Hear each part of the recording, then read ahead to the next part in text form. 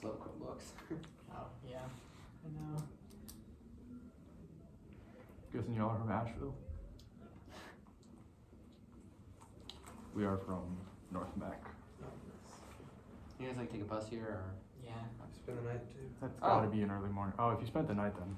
Okay. No, Or we're we spending spent the Oh. night. Oh, Yeah, we were that up makes more at, sense. I had to get up at 5:30. Dang.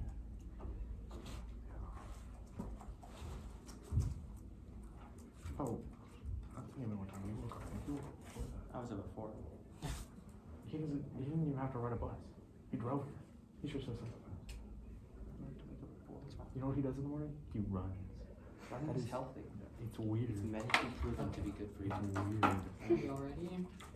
Yeah, you can go ahead and start. Okay. My time will start now. My partner and I stand in affirmation of the resolution resolved the Republic of India should sign the Artemis Accords. We are defining the Artemis Accords as the US-led attempt to set a common group of principles governing the usage of outer space and its resources. Our first contention is creating good bonds. India's space program struggled to work on its own in the past. Their only trip to the moon's surface, the 2019 Chandrayaan-2, failed to land successfully and is instead stuck orbiting the moon. The India Space Research Organization did, however, launch a successful lunar orbiter, Chandrayaan-1, in conjunction with NASA. That Chandrayaan-1 orbiter proved the existence of water on the moon, quote, a discovery that opened up the possibility of lunar colonies. India is also collaborating with Japan on a future lunar mission called LUPEX to the moon's surface. Japan is also a signatory to the Artemis Accords. India is already in cooperation with the US as a member of the Quad in addition to Australia and Japan. Though the Quad started off as an informal grouping, growing concern about China began to shift it towards a more formal alliance. India participated in talks with the US about intelligence sharing, as well as pledging to expand bilateral space cooperation during ministerial dialogue in April 2022. All of this goes to show India's willingness, as well as its past commitment to collaboration with many of the larger players involved in the Accords. Inversely, India should not participate in the Russia-China International Lunar Research Station, as Russia-China goals are very different from India's interests. In the last session of the UN General Assembly, the Indian representative stated, quote, "Let me begin by stating that as a major spacefaring nation, India has vital developmental interests in space. We remain committed to maintaining outer space as an ever-expanding frontier and have attached importance to international cooperation in peaceful use of outer space." Russia already stated their intentions to use space for military resources in a release that says, quote, "Commercial satellites may become a legitimate target for retaliation." These militaristic intentions for space don't align with India's priorities, which effectively rules out collaboration with Russia. Our second contention is tangible benefits. The possible resources as well as technological leaps available to the country that invests more in space travel and growth are a huge incentive for India to join. For the countries involved, there are many things to be gained from increasing space exploration. The mining of asteroids is about controlling a vast source of wealth consisting of rare earth elements and precious metals. There is an asteroid named 16 Psyche, which is known to have gold and other materials worth over $700 quintillion. Comparatively, India's entire GDP is only 3.176 trillion US dollars, more than 233 million times less than that single asteroid. The moon has abundant deposits of helium-3, while Earth has almost none. This isotope could provide safer nuclear energy in a fusion reactor, and it is a climate-friendly energy source since it is not radioactive and would not produce dangerous waste products. A big cargo load of helium-3 would cater to the global energy needs for around 10 years. The value of this resource and others cannot be overstated. That, combined with the rare earth metals that can be mined from asteroids, will bring profit to the countries that access them first. But these resources, as well as the growing space frontier, require investment from the countries that wish to take advantage of them. India's space budget of around 1.5 billion US dollars is a little more than a tenth of NASA's budget of 14.86 billion. While India is known for respectable, effective technology, funds have limited in the past. Quote, "Projects like the Chandrayaan-3 have been delayed, satellite launch missions have failed, and the Indian government continues to take away funds from their program. If they were to sign the Accords, a joint effort with NASA, not to mention the other significant members of the Accords, could bring them more success through their money and shared technology. That success could bring them more money, allowing them to continue to improve and create more opportunities in the future. In conclusion, India stands to benefit in many ways. Their current space program struggles, which prevents them from accessing the newest technology and continually pushes back against their efforts. If they want to join an alliance, the Artemis Accords are the best option for their collaboration. Thank you.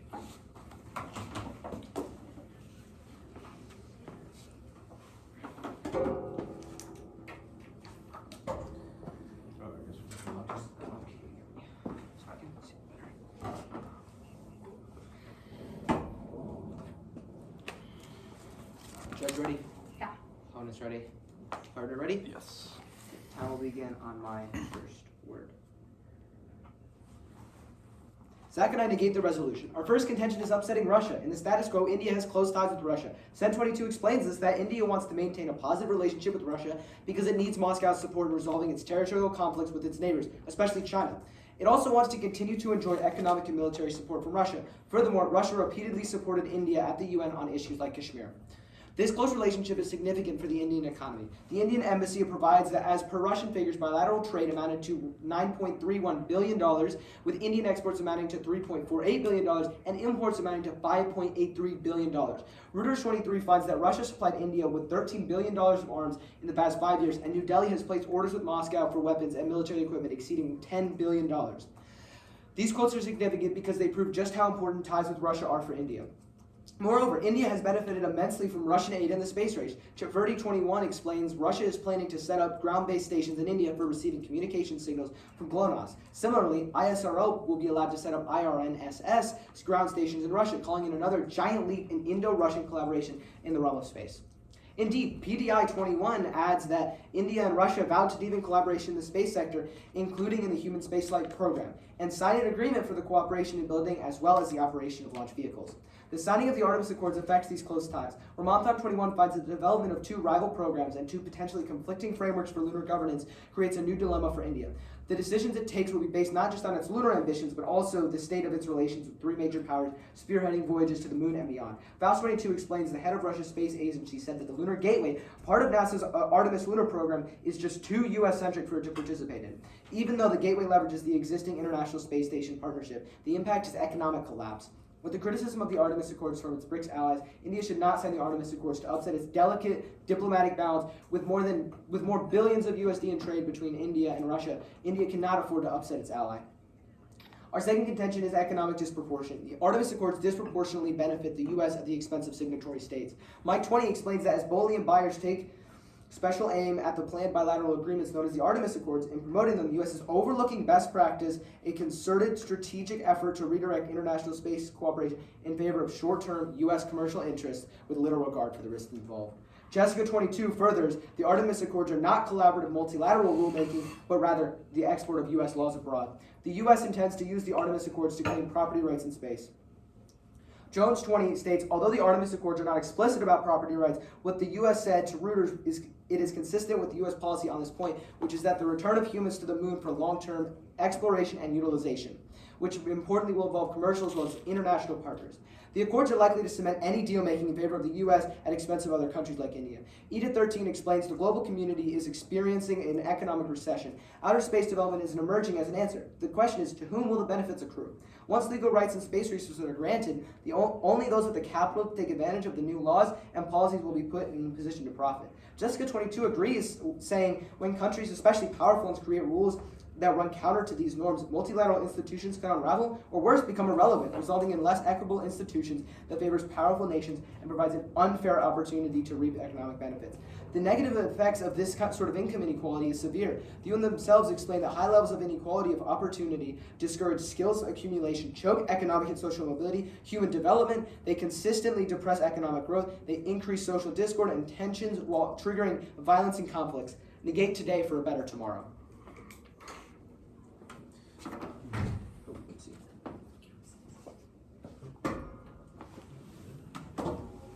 Okay, I think we're ready for crosses, or I am.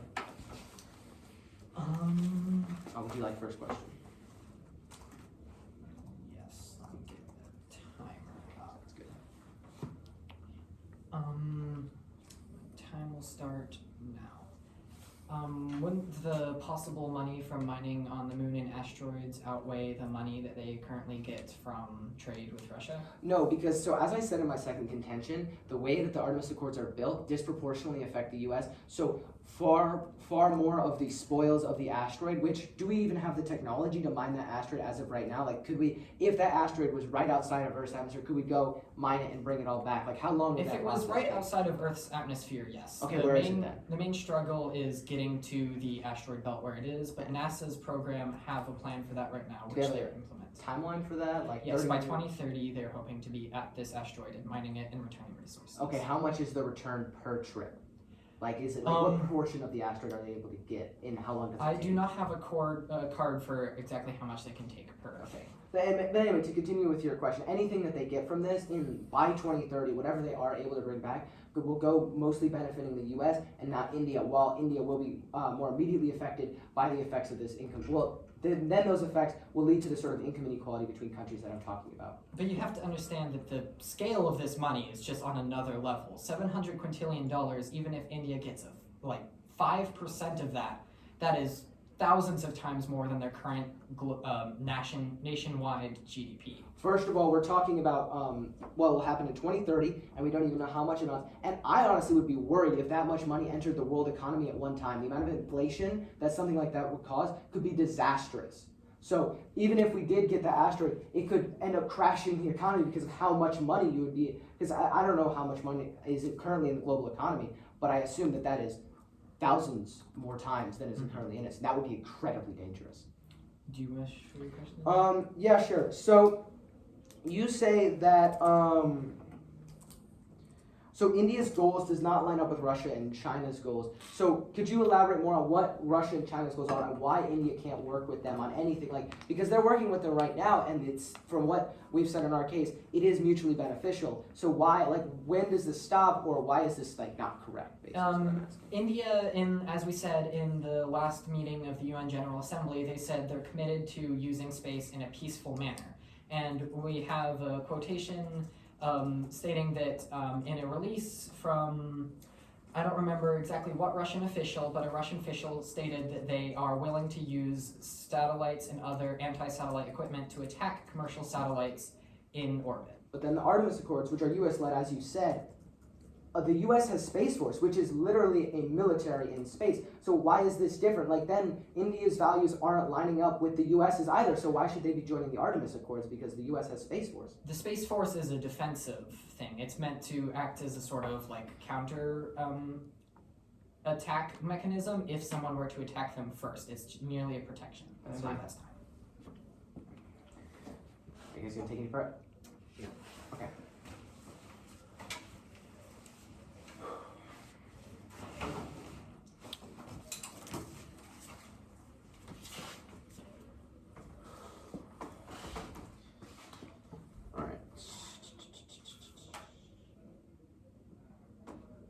Alright, my time starts. First, I will briefly reinforce our contentions, and then I will address my opponent's contentions. Our first contention is that India signing the Artemis Accords will forward healthy relationships. India signing the Artemis Accords opens opportunity for U.S.-India cooperation. Quote, while the United States and India have shared interest in shaping a rules-based order in space, bureaucratic barriers have hindered state-to-state cooperation in other domains, end quote. These bureaucratic barriers would be resolved under the Artemis Accords. Through the private sector, space companies can work together in component manufacturing and ensure smooth supply chains. Additionally, lunar missions herald an emerging cislunar economy, opening new avenues for economic cooperation and employment generation between the United States and India. While India can benefit from U.S. innovation, the United States can leverage India's cost efficiency and labor manufacturing. Together, like-minded partners can usher in a new era of new space and cislunar economy. Our second contention is that the signing of the Accords would provide many tangible benefits. This includes asteroid and moon mining, which can provide essential rare metals like helium-3 used for nuclear fusion technology. In the status quo, China, India's #1 threat, provides 90% of the world's rare earth metals, which are used for medical equipment, cars, space shuttles, phones, computers, planes. According to NASA, China has 15 to 20 years until these rare earth metals run out entirely. The Accords will pursue and will most likely achieve asteroid mining. The question is whether or not India will join them to reap the benefits. India will not be able to achieve this on their own, as displayed with their frequent delays and failures of space missions. Next, I will address my opponent's contentions. Our opponents claim that U.S. joining the Artemis Accords would anger Russia. Not only does India need Russia, but Russia needs India. India supplies pharmaceutical companies and nuclear reactors, as well as boilers for Russia. This means that a motion like joining a space agreement would not come close to ruining such an important relationship for Russia. Additionally, Russia and India will still be able to collaborate through the Artemis Accords since it is not legally binding. My opponents claim that the Artemis Accords would reinforce U.S. hegemony, but this is grossly oversimplified. India, in the status quo, is greatly struggling in many areas because of its booming population. India announced that it needs $800 billion in order to achieve proper urban management. This means that pursuing space exploration solo is way too expensive. The interoperability described in the Artemis Accords allows for India to afford space expansion through shared costs and shared R&D, including asteroid mining, which could bring in so many profits for India. The future of mining. India cannot afford to fall behind. My opponents argue that the US and China are cooperating in the status quo and do not need the US. Artemis Accords outline US and India, are cooperating in the status quo and do not need the accords, but the Artemis Accords outline interoperability, meaning specific ways in which the US and other countries can collaborate. This makes finance easier. These countries are able to co-opt finance space by splitting the cost between multiple countries. Additionally, the accords provide a guarantee that India collaborates with the US. FBI has a policy that prevents the US from cooperating with China on specific mediums and cooperating with Russia on specific mediums. This includes space. So if India was to cooperate with China or Russia, the United States could not join in on that project. Finally, it sets standards for future mining on the moon and asteroids that minimizes conflict. Our impacts are extreme, saving raw earth, minerals, metals, while our opponents argue that the Indian Space Organization is doing great. Their missions are constantly falling behind or failing altogether. It is absolutely essential that they cooperate and join the Artemis Accords. My opponents claim that they only benefit the US, yet these accords outline ways for countries to extract resources in space as opposed to first come, first serve without the Artemis Accords. Will the US benefit? Yes, but will India benefit also? Definitely.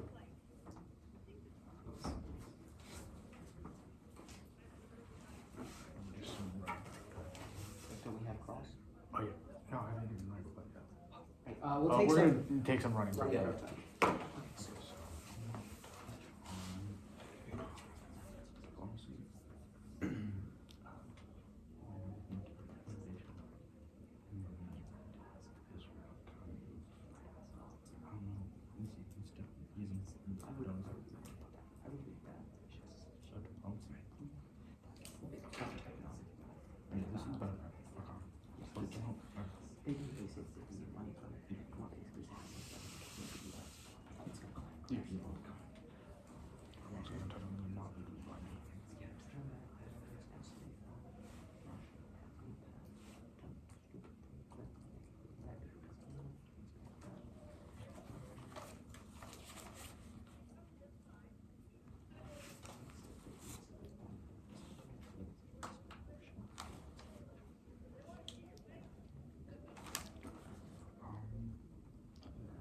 Okay, we'll take about 59 seconds of prep time. You keep your time. Okay. Okay, a little off-time roadmap. I'm going to start by rebutting their case, and then I'm going to put up a couple of defenses for ours, and then if I have time, I will move into weighing at the very end. Time will start on my first words. The Artemis Accords undermine international space norms by violating international law. Stern for Scientific American in 2020 writes, the Accords are about the use and exploration of the moon in order to maintain American dominance, possibly undermining international law.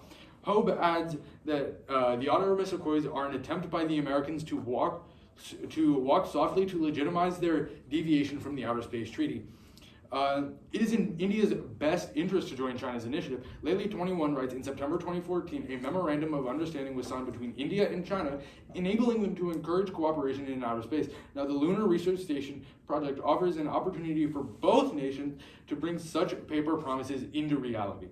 Indeed, Lele writes that such collaboration could itself help somewhat to harmonize the differences between the two of them, and he explains that it is no secret that the U.S. is keen to use or using India to counterbalance Chinese influence in Asia. He continues that joining China's initiative is the best course of action for India. Additionally, my opponent touches on innovation. However, India is already innovating new space technologies. Signal 22 writes that by 2025, satellite manufacturing segment will be the second fastest growing in the Indian space economy. Ramesh 22 found that thanks to India's well-developed space program, and satellite manufacturing section is likely to go to $3.2 billion in market value in 2025, up from $2.1 billion in 2020. While launch services will surge to over $1 billion in 2025, up from just $567.4 million in 2020. This explosive growth is an indication that India has a strong space program. Signal additionally adds that currently India boasts over 100 space tech startups. The year 2021 was a watershed year for space tech startups, with investments reaching $68 million, a year-over-year increase of 196%. There were a total of 47 new space tech startups in India in 2021. Additionally, by joining the Artemis Accords, India gains actually nothing.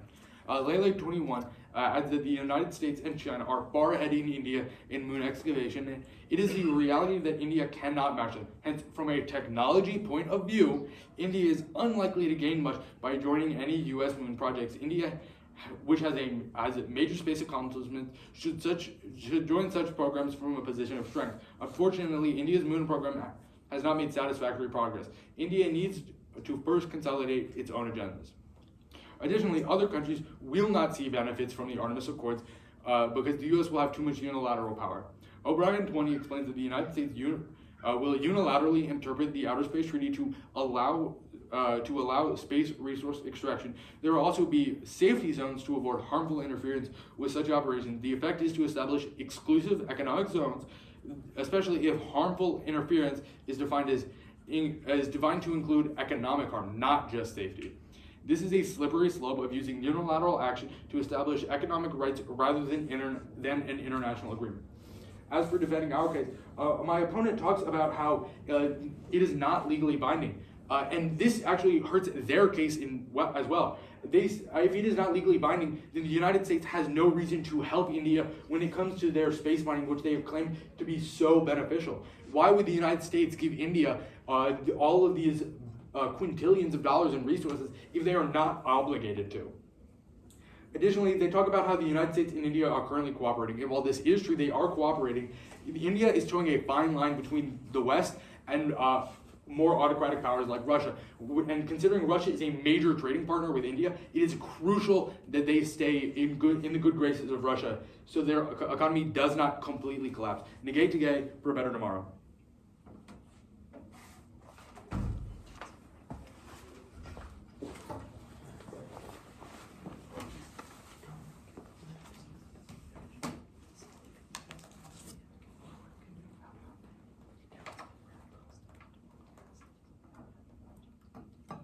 Are you guys ready for cross, or do you want to take some prep? Yeah, I'm ready.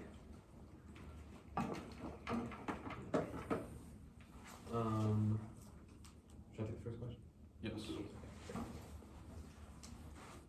So, why do you believe that the Artemis would trigger Russia to cut off India if things like the Quad and NATO haven't triggered that sort of thing? Well, firstly, NATO has very little to do with India. But secondly, as we previously stated, the Artemis Accords are so U.S.-centered, and with Russia being a major adversary to the U.S., if India were to join it, it would show Russia that India is moving more towards the West, and they are siding with their adversaries. Right, but let's point to, I know this doesn't have to do with India, but this does have to do with Russia's actions. NATO, which is also dominated by the U.S., it supplies like a disproportionate amount of military services to member countries. Before the Russia-Ukraine war, when countries were joining, there were no economic sanctions that Russia placed on them. When NATO was expanding in the early 2000s, Russia was not in a position. They were recovering from the collapse of the Soviet Union. They were not in the position they are in today. We saw what happened when NATO was when countries moved more towards NATO in Ukraine, Russia invaded them I would say because they were Ukraine is a upset. special circumstance though, because that was territory that Russia thought belonged to them. Well, you Versus go back just to like an ally. Well, no. The reason they invaded Ukraine is because they were moving more towards the west. They had a pro-Russia leader be ousted and replaced by the current president Vladimir Zelensky, and that is the reason for the invasion. The territorial pretext was just an excuse. It had very little to do. And I had a question about your case. You talk a lot about mining in space and how it's got hundreds of quintillions of dollars in resources. But do you not think that if we brought these mass amounts of resources, it would completely crash their value? The only reason they're valuable today is because they're rare. So you think instead that we just shouldn't have computers and medical equipment? No, I'm saying that you're talking about all these benefits that the Indian economy will gain by mining all of these resources. But if all of these resources just flow in, the value of them is going to crash, and it is not going to be nearly as large of an impact. You're talking, 5% of $500 quintillion. That sounds like a lot of money. At once. Okay, it's not going to be all at once, but as soon as we start mining it, people are going to realize, oh, hey, this is going to come. It's going to keep coming, and there's so much of it. Why am I going to pay a lot more today when I can just wait for the next shipment to arrive and pay a lot less then? Right, but first only certain countries will have access to that. Like Artemis Accords countries will have access to these asteroids. They're not going to be like you can bring an entire asteroid to space. It's going to be the slow trickle that it is now. Okay, well, how slow of a trickle is this? I mean, they can regulate it how they want. So you believe that the Artemis they're gonna Accords work- are going to act as control? They're going to control the flow of resources? It's time. Are you guys gonna take any prep?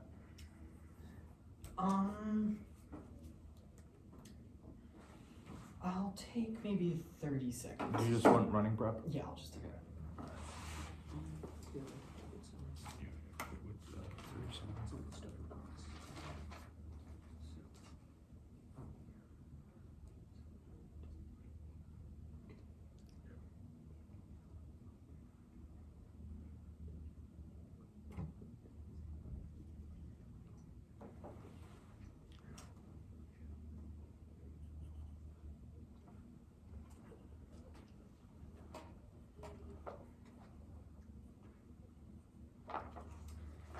All right, 33 seconds of prep. Go.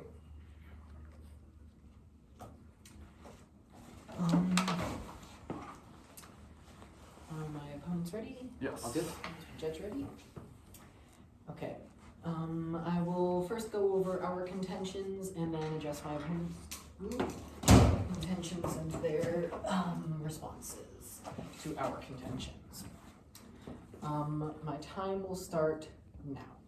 So our first contention about good bonds really emphasizes the fact that India needs support to have an effective space program. As we outlined, in which our opponents dropped, India failed repeatedly to get an active, well-working space program on their own. Instead, when they collaborated with NASA and other countries, those are the times that they have been successful.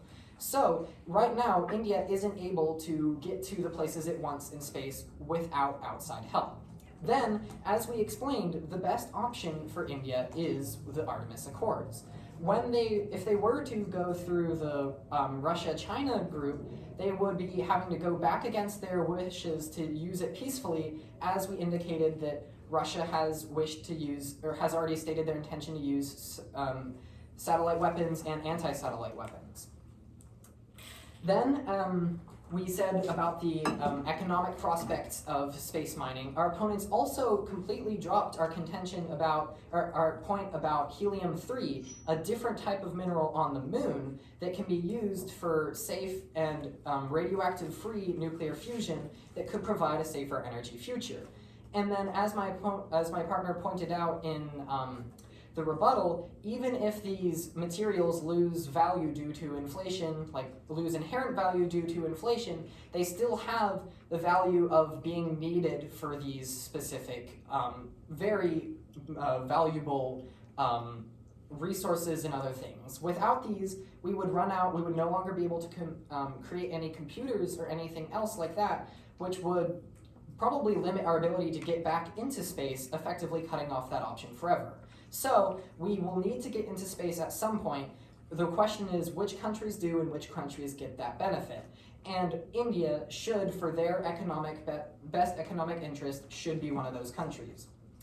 In our opponent's rebuttal, they've said that the Outer Space Treaty is being sort of undermined by the Artemis Accords, but actually the Artemis Accords are built upon the notions of the Outer Space Treaty, and despite the fact that the Outer Space Treaty is legally binding and the Artemis Accords are not. So the Artemis Accords just merely represent the US's attempt to try to extend upon those to make up for the new and emerging space opportunities like moon mining and asteroid mining, which weren't possible when the Outer Space Treaty was made. And then our opponents also had a contention about joining China, but Rajapaloan of Carnegie Endowment for International Peace finds that China's anti-satellite test in January 2007 was a wake-up call about the potential threats India faces, and it prompted a new debate within India about how it should protect its space assets. This decision was a recognition that India's long-held belief in strengthening global governance of outer space was not going to bear fruit or be insufficient to protect its interests. India wants to invest in space because of its threats from China ruling out their collaboration. I just have a quick question. Do we have 3 minutes for prep or is it 4 minutes? This is supposed to be 3 minutes. Okay, is it okay if I go over a little bit Yeah. too as well? Okay. Oh wait, we might actually take some prep. Yeah, we're gonna take some. Okay, yeah, we're gonna take some prep. We'll just take some running prep. Yeah.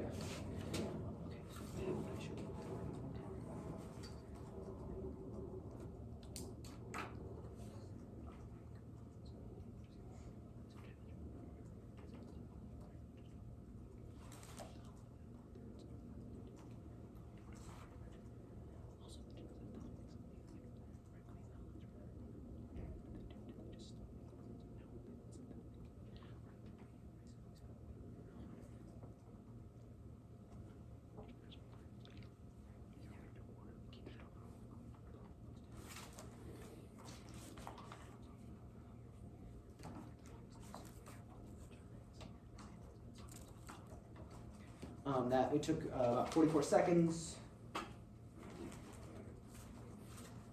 this is about 2:50 for the rest of our prep time.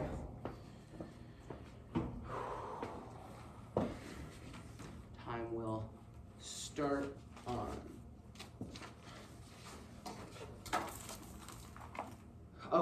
For a bit of an off-time roadmap, I am going to lengthen or elaborate on what my opponent said in rebuttal, and then move on to my opponent's case, and I'll use whatever time I have left for weighing.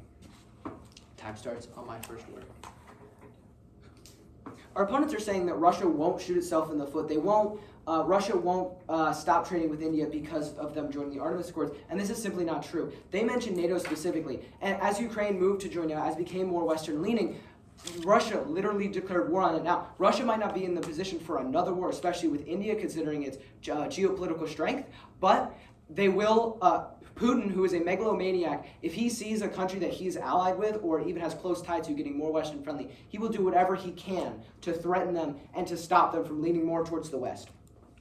Moving on, our opponent said that the space resources will only go to the US. That's not what we said. We said they disproportionately are divided up between the members of the Artemis countries. And we've said the effects of this, which is that high levels of inequality of opportunity discourage skill accumulation, choke economic and social mobility, human development, and consequently depress economic growth. This increases social discord and tensions and triggers violence and conflicts. So in their world, the more disproportionate this effect is, which happens the more money there will be, the more space there will be between countries, just worsens this effect. Moving on to our opponent's case, they say that India needs good bonds with other countries in order to build its space agency. They already have these good bonds with Russia and China, who they are working with, and have shown great progress, and they've been able to work together. Next, Our opponents also say that India would gain a lot from the intel sharing that is written in by the Artemis Accords. Now, since accords are not legally binding, the U.S. is not obligated to share these accords. If they choose not to, there's nothing India can do. But India has already made their choice, and they've already made Russia mad. Moving forward, our opponents again say that India's values don't line up with Russia's or China's because China is producing anti-satellites, Russia is producing weapon satellites and anti-satellites. But Space Force, by itself, as they said, is defensive, which means at the bare minimum, they're producing anti-satellites. Because what else is their point? Because according to our opponents, it is a defensive organization, which for the purposes of this debate, like from what they've said, all of our branches of the military are defensive forces. So even by adding Space Force, it doesn't necessarily mean that they're going to be only defensive. Moving on, our also opponents say that part of the benefits of moving India is labor manufacturing. Now, the labor manufacturing situation in India is horrible. They have low minimum wage, horrible hours, and it is not up to what the U.S. values. Now, inflation. Bringing this much money into our economy will have a horrible effect because let's say we just get the money, if it's just a big thing of cash moving in space. If the money in the world economy doubles, all the prices double, nothing changes. And if gold comes, then one of the basic commodities of the world since the beginning of financing has been gold. By bringing back gold and dropping the price of this screws over so many people and countries who have their reserves in gold. Moving on, our opponents said in Cross that, again, they said that NATO wouldn't cause, NATO or Quad don't cause problems. But as I've said earlier in this, they do cause problems. And to move on to Wayne, we got way on time frame because Russia has the ability to shut off oil the second that India strokes the pen, but any of the benefits that are coming won't come until 2030. And we also are way on scope because if Russia cuts off trade and the economic disproportion affects 1.5 billion people who live in India. Therefore, we urge you to negate the resolution. Are you guys going to use the rest to do your prep? Yeah. Okay, cool.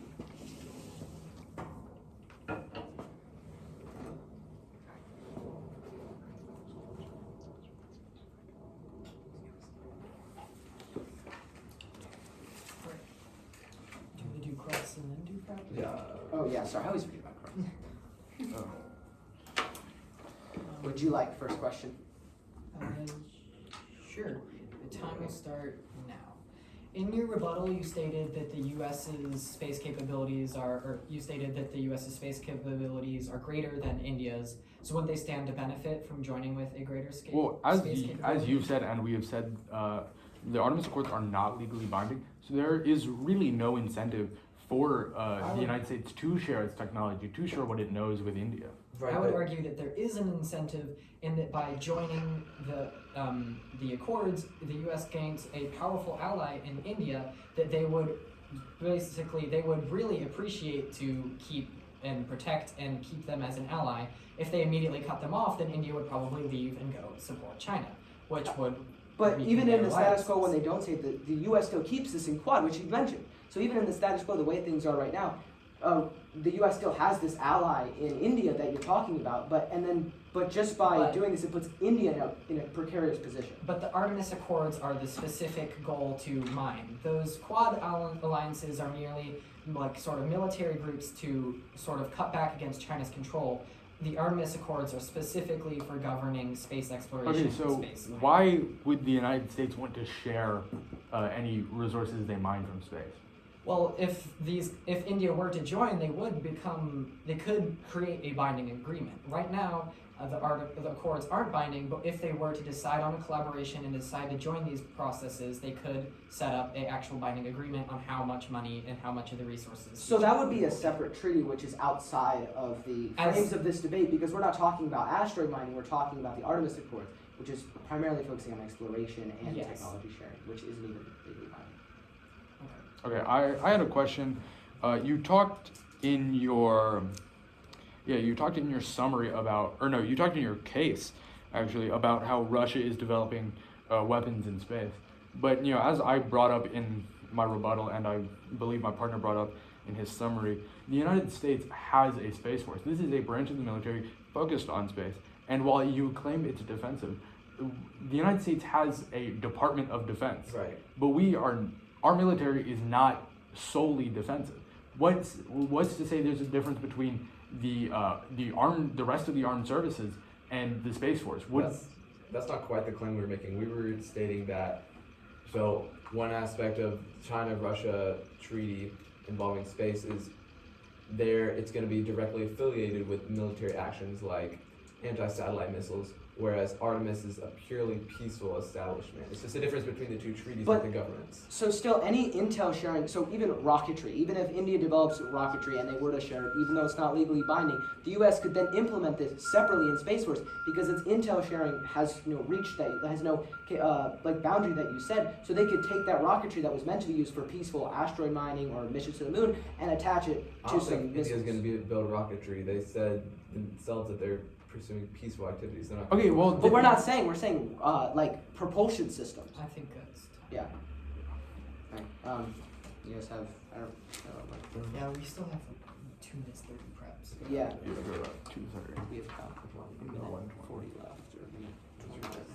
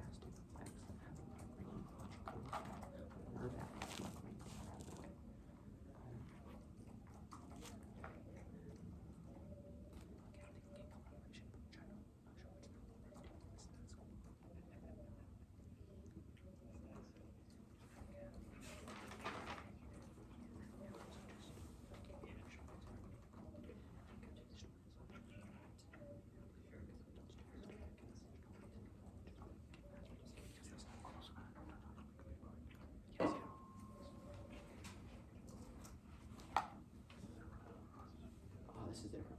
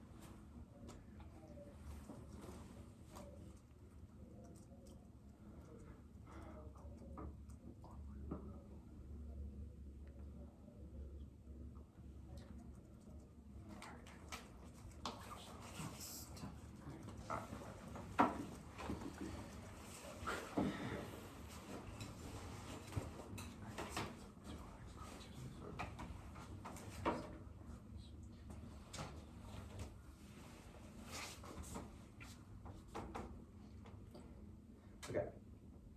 My time starts now. First, I will address our contention and impacts. Our first contention is that Artemis Accords reinforce positive relationships for India. Our opponents fail to address this contention, therefore bears the impact of space collaboration and negotiation that could prevent a future space conflict. But this impact doesn't even compare to the impact of our second contention, rare earth metals. Our opponents will attempt to address this contention by saying it was non-unique and the Indian economy will not benefit, but this is not true.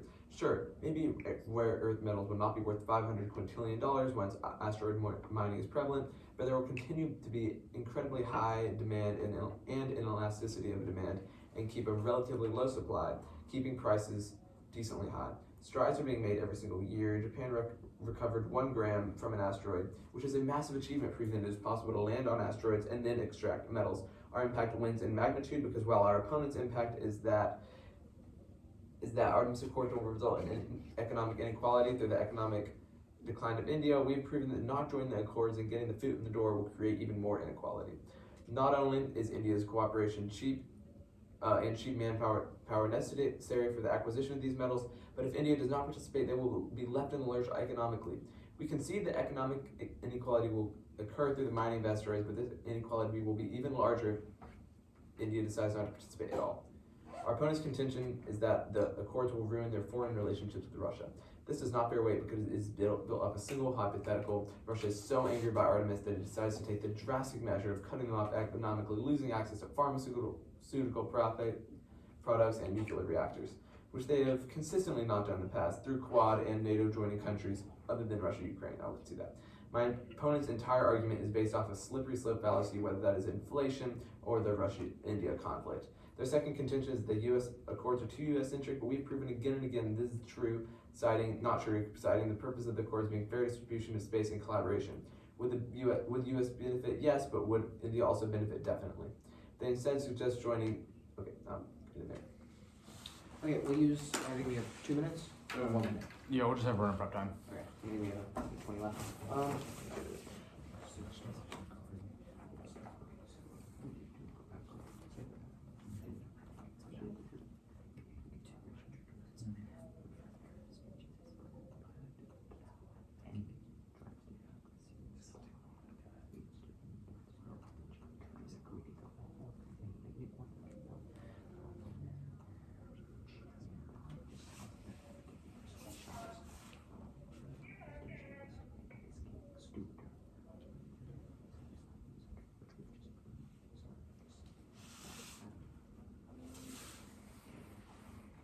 Oh, I just want to ask a quick question.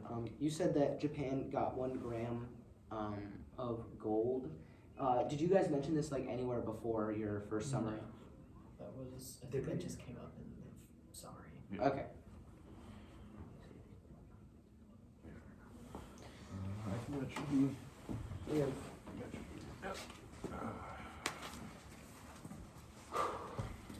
Okay. Judge, I'm going to start with a brief off-time roadmap. I'm going to start by addressing my opponent's case again, and then moving into some of the areas they got wrong, and then I will finally move into weighing at the very end. Time will start on my first word.